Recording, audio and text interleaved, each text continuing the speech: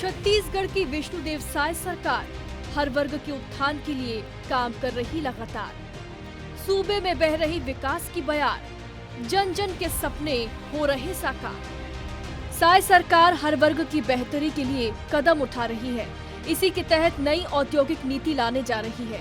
इसके तहत वित्त वर्ष 2024 से 2029 में कोर सेक्टर के साथ साथ फूड, इथेनॉल, इलेक्ट्रॉनिक्स, डिफेंस, दवा, सोलर और सेवा जैसे सेक्टर के उद्योगों को भी प्राथमिकता दी जाएगी। इसके साथ ही रोजगार के अवसर बढ़ाने के उद्देश्य से सरकार की ओर से कृषि, लघु वनोपज, वन औषधियों, औद्यानिकी फसलों पर आधारित उद्योगों को प्राथमिकता दी जाएगी। सीएम साय के नेतृत्व में उद्योग और व्यापार जगत के लोगों से विस्तृत विचार विमर्श के बाद इस नीति को तैयार किया जाएगा। नई औद्योगिक नीति में किए जाने वाले प्रावधानों से छत्तीसगढ़ औद्योगिक नवाचार की संभावनाओं से भरपूर राज्य के रूप में तेजी से उभरेगा। उद्योगों की स्थापना के नियमों के सरलीकरण और उद्यमियों को दी जाने वाली रियायतों से प्रदेश में उद्योग के लिए अनुकूल माहौल बनेगा। सीआईआई के काफी लोग आए थे, वो लोग भी नई उद्योग नीति के लिए अपना एक सुझाव, काफी मोटी किताब दिए हैं, क्या क्या हो सकते हैं। तो इस तरह से हम लोग 1 नवंबर को एक नई इंडस्ट्रियल पॉलिसी भी लाने वाले हैं। छोटे और मध्यम उद्योग देश की अर्थव्यवस्था के लिए नई ऊर्जा का स्रोत है। नई उद्योग नीति के तहत प्रधानमंत्री नरेंद्र मोदी के विजन 2047 तक विकसित भारत और विकसित छत्तीसगढ़ के निर्माण की दिशा में काम किया जा रहा है। जानकारी के मुताबिक विष्णुदेव सरकार ने छत्तीसगढ़ के बजट को अगले 5 साल में 10 लाख करोड़ तक ले जाने का लक्ष्य रखा है। इसमें सबसे बड़ी हिस्सेदारी प्रदेश के उद्यमियों और कंपनियों की होगी।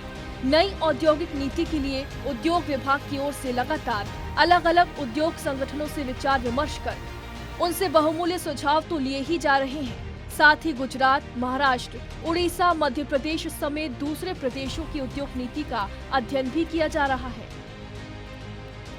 विजन छत्तीसगढ़ 2047 1 नवंबर जो स्थापना दिवस होता है प्रदेश का, उस दिन हम लोग प्रदेश की जनता के सामने रखने वाले हैं। उसी तरह से छत्तीसगढ़ में उद्योग की भी बहुत संभावना है कि यहाँ पर लोह अयस्क है, कोयला है और भी है। तो एक नई उद्योग नीति भी हम लोग ला रहे हैं। जो नई इंडस्ट्रियल पॉलिसी आ रही है, जो 1 नवंबर के पहले लॉन्च हो जाएगी, सरकार की नई इंडस्ट्रियल पॉलिसी रहेगी 2024 से 29 तक की। उस पॉलिसी पे हम लोगों ने, सीआईआई ने, अलग अलग सेक्टर ने के प्रतिनिधियों ने एक बना के एक अच्छा डिटेल प्रेजेंटेशन उनको दिया और एक डिटेल वर्किंग दी कि सेक्टर वाइज क्या हम न्यू इंडस्ट्रियल पॉलिसी में चेंजेस लाएं, बदलाव लाएं जो आज हैं, और उसके जगह हम रिकमेंडेशन क्या कर रहे हैं। नई इंडस्ट्रियल पॉलिसी पे इतना फोकस अभी है गवर्नमेंट का, नई इंडस्ट्रियल पॉलिसी बनने जा रही है, सारे औद्योगिक संगठनों से सुझाव लिया जा रहा है, तो इतना अच्छा एफर्ट हो रहा है, मैं बहुत इससे सेटिस्फाइड हूँ। हमको विश्वास है कि जो 2024-29 की जो इंडस्ट्रियल पॉलिसी आएगी उसमें पुराने विद्यमान उद्योगों एवं नवीन उद्योग दोनों के लिए काफ़ी कुछ रहेगा। और जैसे छत्तीसगढ़ में आपको पता है कि यहाँ पे स्टील उद्योग 54% से ऊपर सरकार के बजट का कंट्रीब्यूट करते हैं, तो इस इंडस्ट्री के ऊपर ज़रूर ख्याल रखा जाएगा क्योंकि यह इंडस्ट्री निरंतर ग्रोथ पे है और सरकार के बजट को काफ़ी कुछ इसमें सपोर्ट कर रहा है। हाल ही में उद्योग विभाग के समन्वय से नेशनल स्टॉक एक्सचेंज सेमिनार का आयोजन किया गया। इस सेमिनार में स्थानीय उद्योगों और कंपनियों को शेयर मार्केट के माध्यम से निवेश के लिए नेशनल स्टॉक एक्सचेंज में लिस्टिंग करने के लिए मार्गदर्शन भी दिया गया। सुझाव उनको बहुत पॉजिटिव लगे हैं, उन्होंने नोट भी किया है, जिसमें सबसे इम्पोर्टेंट था हमारा सिंगल विंडो सिस्टम का। सरकार बहुत पॉजिटिव साइड में जा रही है और उद्योग और व्यापार चैम्बर को लेके बहुत सीरियस है और हम लोग के सुझावों को लेके बहुत आगे वो लोग सीरियसली उस पर मंथन कर रहे हैं।